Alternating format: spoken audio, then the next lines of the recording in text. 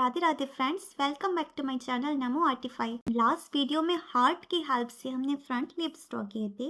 आज फिर से हम हार्ट की हेल्प से 3x4 एंगल में लिप ड्रॉ करेंगे। So let's start. सबसे पहले मैंने एक हार्ट बनाया, फिर उसके नीचे दो सर्कल। जैसा कि आप देख पा रहे हो, मैंने लेफ्ट साइड में कम स्पेस रखा है और राइट साइड में ज़्यादा, क्योंकि हम 3x4 एंगल में लिप ड्रॉ कर रहे हैं। अब जल्दी से हम ज्वाइन करके बेसिक शेप रेडी कर लेते हैं।